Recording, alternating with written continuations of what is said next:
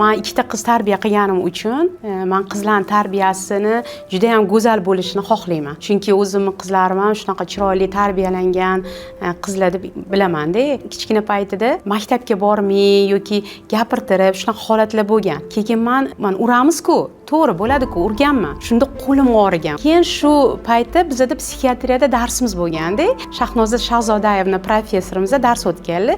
Bolani psixologiyasi to'g'risida pereriv bo'lganda oldilariga borganman, aytganman.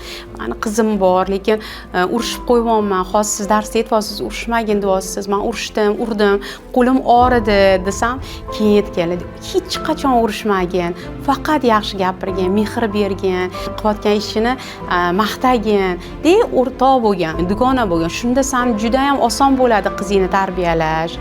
Urish bilan, baqirish bilan, janjal bilan, unga dushmandek qarash bilan bo'lmaydi. Sen qizingga mehr berganing sari sen ko'raverasan uni rezultatini deganlar. Mana shuncha yil o'tdi, men shu o'qituvchimga juda ham katta rahmat deyman. Aytganlaricha bo'yicha tarbiyaladim-da. Qizimiz bilan o'rtoq bo'lsak, biz o'rnak bo'lsak, qizimizga juda ham chiroyli qiz tarbiya qilamiz.